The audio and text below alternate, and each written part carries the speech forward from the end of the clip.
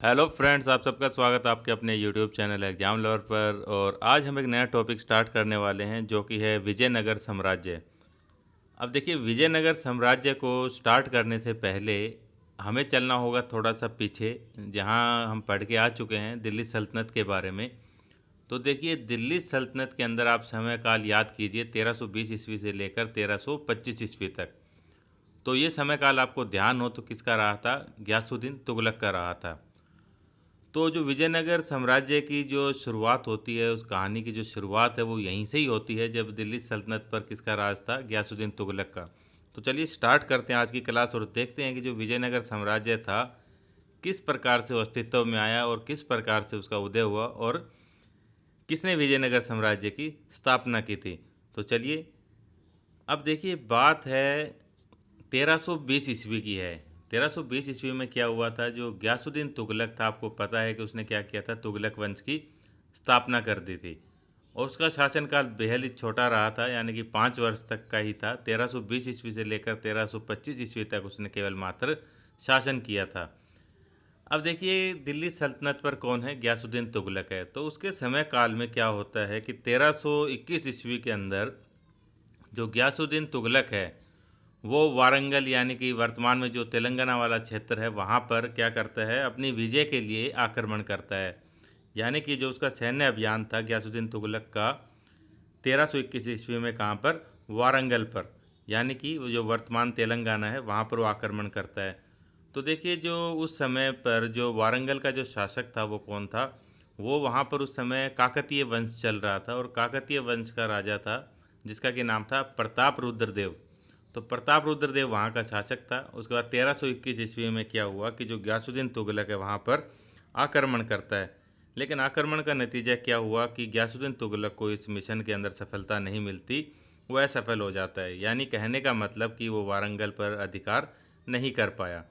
उसके बाद ठीक 2 साल बाद क्या होता है कि 1323 ईस्वी के अंदर जो गयासुद्दीन तुगलक है वो अपने बेटे, जिसको कि हम जोना खान के नाम से भी जानते हैं, लेकिन जो वो शासक बना था तो किस नाम से बना था? मोहम्मद बिन तुगलक। जी हाँ, जिसे हम पागल राजा के नाम से जानते हैं। तो उस मोहम्मद बिन तुगलक को वो क्या करता है?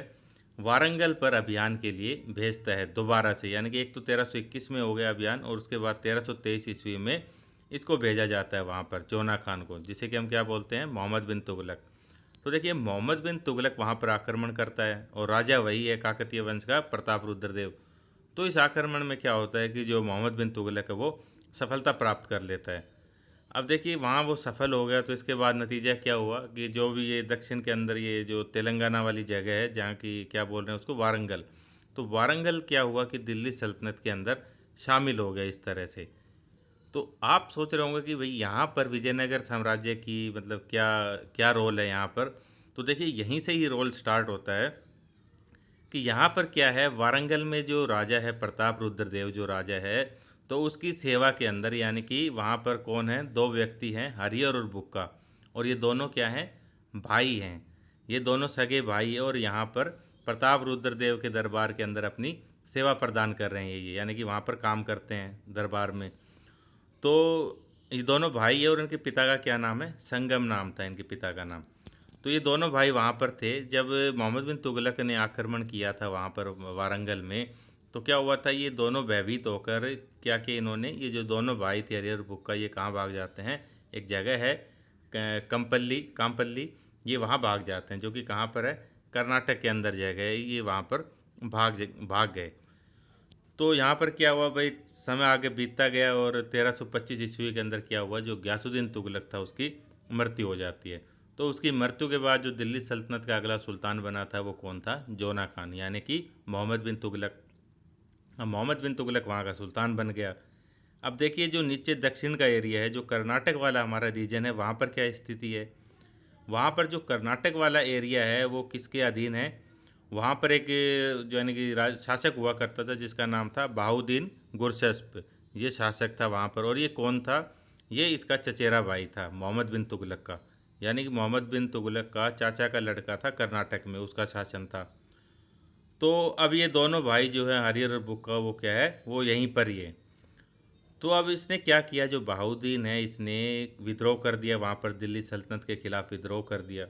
तो इस विद्रोह को देखते हुए 1325 ईस्वी में जो मोहम्मद बिन तुगलक है वो खुद यहाँ पर आता है कर्नाटक के अंदर, और क्या किया उसने कि ये जो विद्रोह किया जा रहा था बहाउद्दीन के द्वारा, इसको दबा दिया, बड़े ही ज़बरदस्त तरीके से दबा दिया और कर्नाटक को विजित कर लिया। और उसी के अंदर ही, कर्नाटक के अंदर ही वो क्षेत्र था कामपल्ली, जहाँ पर कि ये भाग कर आए थे पहले हरिहर और बुक्का। तो जब यहाँ पर इसको अपने अधीन कर लिया तो भाई विद्रोहियों को मारा गया या भाई पकड़ा गया। तो उस समय यहाँ से कुछ लोगों को गिरफ्तार किया गया था, यानी कि कैद करके कहाँ पर लाया गया था, दिल्ली लाया गया था। तो जो लोग कैद किए गए थे उसके अंदर ये दोनों भाई भी शामिल थे, जिनका कि नाम क्या था, एक का नाम हरिहर और एक का बुक्का। और दोनों किसकी संतान थे, संगम नाम के व्यक्ति की संतान थे, दोनों भाई थे। तो इन दोनों को बंदी बनाकर क्या किया गया, दिल्ली लाया गया। और दिल्ली लाकर सबसे पहले क्या किया इन्होंने, अब भाई देखिए, या तो इन्होंने इस्लाम धर्म खुद से ही स्वीकार कर लिया, क्योंकि पता था कि अगर स्वीकार नहीं किया तो जान पर बन आएगी, या फिर इनसे ज़बरदस्ती स्वीकार करा लिया गया इस्लाम धर्म।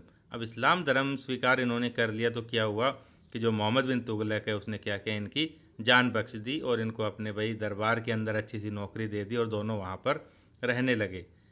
अब रहते हुए वहाँ पर इनको 2 साल बीते ही थे हरिहर और बुक्का को। ठीक 2 साल बाद यानी कि 1327 ईस्वी में या भाई 1328 ईस्वी के प्रारंभ में ही क्या हुआ, जो साउथ वाला एरिया है ना, यहाँ पर जो कई राज्य थे जो स्वतंत्र होने की कोशिश कर रहे थे, और उन्होंने क्या किया कि फिर से विद्रोह कर दिया। तो अब विद्रोह देखिए, जैसे कि जो कर्नाटक एरिया वहाँ पर भाई बिदर हो गया, दौलताबाद, गुलबर्गा और मदुरा या फिर तेलंगाना और कामपल्ली, यहाँ पर दोबारा से विद्रोह हो गया इन सब जगहों पे। अब जब विद्रोह हो गया तो सुल्तान यहाँ पर खुद आने में असमर्थ था। तो उन्होंने क्या किया कि भाई कुछ ऐसे व्यक्तियों की तलाश थी जो कि इस क्षेत्र को भली भांति तरीके से जान भी सकें और सेना का भी नेतृत्व कर सकें। तो क्या हुआ, उसकी नज़र पड़ती है किस पे, हरिहर और बुक्का से। भाई यहीं से तो गिरफ्तार किया गया था इनको, कामपल्ली कर्नाटक वाले एरिया से। तो इन दोनों के नेतृत्व में सेना वहाँ पर भेजी जाती है दक्षिण के एरिया में। और क्यों भेजी गई थी कि वहाँ पर जितने भी विद्रोह हो रहे थे उनको दबाने के लिए। तो ये दोनों भाई सेना का नेतृत्व करते हुए क्या करते हैं, दक्षिण के अंदर आ गए। अब आने के बाद ये वापस जैसे दिल्ली गए ही नहीं। अब पता नहीं विद्रोह इन्होंने दबाया था या नहीं दबाया था, लेकिन ये वापस दिल्ली में नहीं पहुँचे। उसके बाद क्या हुआ कि ये जो दोनों भाई थे हरिहर और बुक्का, इनको एक ब्राह्मण विद्वान मिलता है जिसका कि नाम क्या था, विद्यारण्य उसका नाम था। विद्यारण्य ने क्या किया कि दोनों भाइयों ने इस्लाम धर्म स्वीकार कर लिया था, तो इनको दोबारा से इनको हिंदू धर्म में दीक्षित किया, यानी कि दोबारा से इन्होंने हिंदू धर्म को अपना लिया। और वहीं पर नदी का नाम आपने सुना होगा कि एक तुंगभद्रा नदी बहती है वहाँ से। तो तुंगभद्रा नदी के जो किनारे पर ही इन्होंने एक नगर के, 2 नगर बसाए थे एक्चुअली में। तो कौन कौन से नगर थे, एक तो था विद्यानगर और एक विजयनगर। तो ये जो विजयनगर था इनको अपनी भाई राजधानी बनाया, और यहीं पर इन्होंने क्या की, दोनों भाइयों ने, हरिहर और बुक्का ने, विजयनगर साम्राज्य की स्थापना कर दी थी। तो ये तो थी कहानी कि किस प्रकार से विजयनगर साम्राज्य की जो है स्थापना हुई थी। बड़ी इंटरेस्टिंग है, इंपॉर्टेंट क्वेश्चंस भी आते हैं विजयनगर साम्राज्य से। तो बढ़ते हैं आगे। अब 1336 ईस्वी में क्या हुआ कि विजयनगर साम्राज्य की स्थापना हो चुकी है, और सबसे पहले जो शासक बना था वो कौन बना था, वो बनता है हरिहर। यानी कि इस नाम से और भी सम्राट हुए होंगे हरिहर के नाम से, तो इसलिए ये पहली बार बना था, तो इसका नाम क्या रख दिया गया है, हरिहर प्रथम, ये नाम है इसका। अब देखिए विजयनगर साम्राज्य यानी 1336 ईस्वी में प्रारंभ हुआ था, और यहाँ पर कितने राजवंशों ने राज किया वो यहाँ पर दिए गए हैं, हम सभी को डिटेल से पढ़ने वाले हैं। देखिए पहला जो वंश था वो संगम वंश था, उसके बाद सालू वंश है, फिर तुलुव वंश है, फिर अरविडू वंश है। तो संगम वंश का नाम संगम वंश किस लिए पड़ा था, क्योंकि इसकी स्थापना हरिहर और बुक्का ने की थी, और इनके जो पिता का नाम था वो क्या था, संगम नाम था। तो इसलिए इसको संगम डायनेस्टी के नाम से जाना जाता है। और समय काल देखिए 1336 ईस्वी में स्थापना, और उससे लेकर 1485 ईस्वी तक। तो चलिए स्टार्ट करते हैं संगम वंश, जिसका कार्यकाल ये रहा था। और देखिए पहला जो शासक बना था संगम वंश का वो कौन बना था, हरिहर प्रथम। तो इसका जो कार्यकाल या राजकाल रहा वो कब तक रहा, 1336 ईस्वी से लेकर इसकी मृत्यु हो गई थी 1355 ईस्वी के अंदर। तो इसको किस नाम से जाना जाता है, या उपाधि इसने जो धारण की थी वो क्या थी, 2 समुद्रों का अधिपति। ये भाई शक्ति प्रदर्शन के लिए उपाधि धारण करते थे। तो इसकी उपाधि क्या थी, यानी कि दो समुद्रों का क्या है, ये दो समुद्रों का स्वामी है, दो समुद्रों का अधिपति है। तो ये उपाधि धारण की। और देखिए ये ध्यान रखिए कि जो हरिहर और बुक्का है, दोनों भाइयों ने ना तो कोई राजा की उपाधि धारण की थी और ना ही कोई सुल्तान या भाई शासक की इस प्रकार की कोई उपाधि धारण नहीं की थी। इसने क्या किया कि दो समुद्रों का अधिपति ये उपाधि धारण की। और ये आपको बता ही दिया गया कि 1336 ईस्वी में क्या किया था, जो तुंगभद्रा नदी है वहाँ पर, जो उसका दक्षिणी तट है, वहाँ पर इन्होंने विजयनगर साम्राज्य की स्थापना की थी। इसके अलावा एक दूसरा नगर भी बसाया था जिसको कि विद्यानगर के नाम से जाना जाता है। तो ये स्थापना हो गई। अब जब इन्होंने स्थापना की थी तो बताया था कि इनको भाई किसने सहयोग किया था, जो माधव विद्यारण्य था उसने सहयोग किया था। ये विद्वान थे, ब्राह्मण विद्वान। इन्होंने क्या किया था कि दोबारा से हिंदू धर्म के अंदर दीक्षित किया था हरिहर को ही नहीं, इनके भाई जो थे बुक्का उसको भी। इसके अलावा एक और ब्राह्मण विद्वान थे जो कि वेदों के अच्छे जानकार थे, ये भाष्यकार थे, उनका क्या नाम था, सायण। तो सायण ने भी सहयोग किया था विजयनगर की स्थापना में। तो ये क्वेश्चन इस प्रकार से पूछा जाता है कि भाई जो सायण है वो किसके समकालीन है, तो वो हरिहर और बुक्का के समकालीन है, और ये विद्यारण्य भी। और ये पता ही है आपको कि जब भाई ये सम्राट बना हरिहर प्रथम, तो इसने किसको राजधानी बनाया, विजयनगर को अपनी राजधानी बनाया था। तो समय काल की कोई महत्वपूर्ण घटना नहीं है, महत्व केवल यही है कि 1336 ईस्वी में विजयनगर साम्राज्य की स्थापना की गई थी। और कहाँ की गई थी, जो तुंगभद्रा नदी है उसके किनारे पर की गई थी। तो वर्तमान में ये एरिया जो है वो हम्पी नाम की जगह है कर्नाटक के अंदर, तो वहाँ पर आती है। ठीक है, जो विजयनगर साम्राज्य यानी कि हम्पी कहाँ पर है, कर्नाटक के अंदर। तो देखिए जो हरिहर का बेटा था जिसका कि नाम था कुमार कंपायन नाम था, कुमार कंपन या कुमार कंपायन या फिर कंपा भी बोलते हैं खाली। तो इसने क्या किया था, इसके शासनकाल ने जो मदुरा है वहाँ पर क्या की थी, विजय प्राप्त की थी। मदुरा पर आक्रमण करके विजय प्राप्त की थी। तो इसीलिए जो कंपा की पत्नी है जिसका कि नाम क्या था, गंगा देवी, उसने एक ग्रंथ की रचना की थी जिसका कि नाम क्या था, मदुरा विजयम नाम से वो ग्रंथ लिखा था। तो काफ़ी बार ये पूछा जाता है कि जैसे मधुरा विजयम जो ग्रंथ है उसके रचयिता कौन है, तो वो कौन है, गंगा देवी। और गंगा देवी कौन है, जो कंपा है या कंपायन है या कुमार कंपन है उनकी पत्नी का नाम है। उसके बाद बस 1354 या फिर 55 ईस्वी के अंदर क्या हो गया था, जो हरिहर प्रथम है उसकी मृत्यु हो जाती है। अब इसकी मृत्यु के बाद जो अगला सम्राट बना था वो कौन बना था, वो जो है बुक्का। बुक्का बनता है सम्राट। तो बुक्का भी नाम से और सम्राट भी हो, इसलिए इसको बुक्का प्रथम कहा जाता है। तो वो सम्राट बन गया। तो देखिए देखते हैं बुक्का प्रथम के बारे में। तो जो बुक्का प्रथम है उसका जो शासनकाल रहा वो 1356 ईस्वी से लेकर 1377 ईस्वी तक रहा। ठीक है, तो जैसे आपने देखा कि जो हरिहर प्रथम है उसने क्या उपाधि धारण की थी, दो समुद्रों को स्वामी। तो इसने क्या किया, एक कदम आगे चलते हुए इसने उपाधि धारण की तीन समुद्रों का स्वामी या फिर तीन समुद्रों का अधिपति, ये उपाधि धारण की। इसके अलावा जो महत्वपूर्ण उपाधि धारण की थी वो थी कि वेद मार्ग प्रतिष्ठायक, ये इसकी उपाधि थी। पूछा जा सकता है एग्जाम में कि वेद मार्ग प्रतिष्ठायक जो है किसकी उपाधि है, तो वो बुक्का प्रथम की रही। इसके अलावा देखिए जब विजयनगर साम्राज्य की स्थापना हुई थी तो उसके पैरेलल में ही एक और साम्राज्य चलता है वहाँ पर दक्षिण के अंदर, जिसको कि बहमनी साम्राज्य के नाम से जाना जाता है। पढ़ेंगे डिटेल से बहमनी साम्राज्य के बारे में। तो क्या था, इन दोनों की हमेशा से ही प्रतिद्वंद्विता रही, यानी कि विजयनगर साम्राज्य और जो बहमनी वंश था, साम्राज्य था, उन दोनों का आपस में टकराव की स्थिति बनी रही जब से मतलब उनका आरंभ हुआ था दोनों साम्राज्य को, और जब तक पतन नहीं हो गया तब तक इनकी स्थिति बनी रही। तो जो इनका जो शुरू में देखी जो इनकी जो झगड़े की वजह थी वो क्या थी, कि आपको पता है कि भाई जैसे तुंगभद्रा नदी के किनारे स्थापना हुई थी तो एक और नदी बहा करती थी, कृष्णा नदी। तो कृष्णा नदी और जो तुंगभद्रा नदी है इनके बीच का जो क्षेत्र था, तो उसको क्या आपको पता ही है कि भाई जो दो नदियाँ होती हैं उनके बीच के क्षेत्र को क्या बोलते हैं, दोआब बोलते हैं। और वो क्या होता है कि काफ़ी उपजाऊ भूमि होती है, वहाँ पर फसल वगैरह अच्छी तरह से उत्पन्न होती है। तो ये जो दोआब का क्षेत्र था कृष्णा और तुंगभद्रा नदी के किनारे, ये दोनों के बीच में यानी कि बहमनी साम्राज्य और विजयनगर साम्राज्य के बीच में क्या था, विवादित क्षेत्र था।